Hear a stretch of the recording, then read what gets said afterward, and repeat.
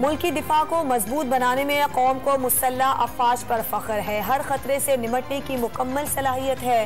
बहरिया का तारीखी एतबार से मुल्कों के स्ट्रेटेजिक दिफा में कलीदी किरदार है। वजीर आजम शहबाज शरीफ का पासिंग आउट परेड से खिताब। कराची के पाकिस्तान नेवल एकेडमी में पासिंग आउट परेड 24 पाकिस्तानी और 19 दोस्त ममालिक के कैडेट्स ने कमीशन हासिल कर लिया। खवातीन भी शामिल। वजीर आजम ने गार्ड ऑफ ऑनर का मुआयना किया। 50,000 से 1 लाख रुपए आमदन पर 2.5% टैक्स नाफिज। 1 से 3 लाख रुपए आमदनी वाले 12% टैक्स देंगे।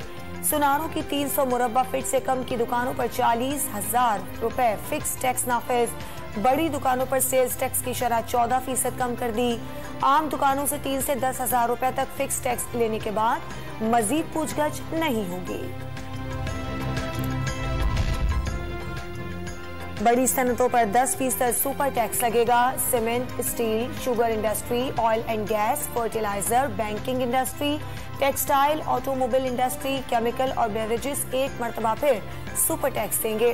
सालाना 15 करोड़ आमदनी पर 1, 20 करोड़ रुपए आमदनी पर 2, 25 करोड़ रुपए से जायद आमदनी पर 3 और 30 करोड़ सालाना आमदनी पर 4% गुर्बत टैक्स अदा करना होगा।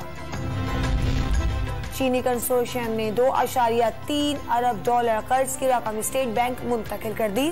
ज़र मुबादला के ज़खायर बढ़कर $10 अरब हो गए।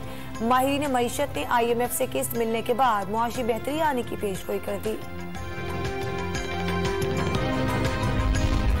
चीन की बायो स्टील कंपनी की पाकिस्तान स्टील की बहाली में दिलचस्पी।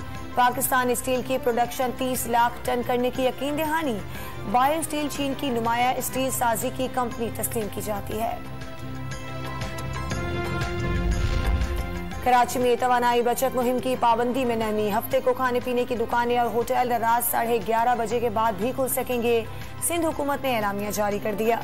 इस्लामाबाद में भी होटल रात देर तक खोले जा सकेंगे।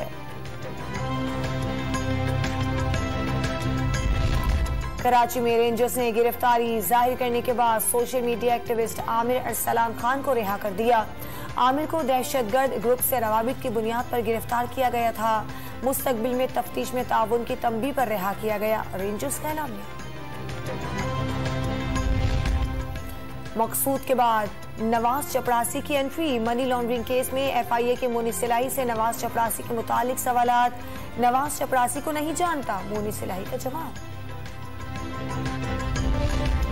मुल्क भर में कोरोना का एक और मरीज जान बहक। 24 घंटों के दौरान 435 नए मरीज सामने आ गए। मुस्बत केसेस की शरह 3.19% तक पहुंच गई। और आजाद कश्मीर काबीना ने आइंदा माली साल के बजट की मंजूरी दे दी।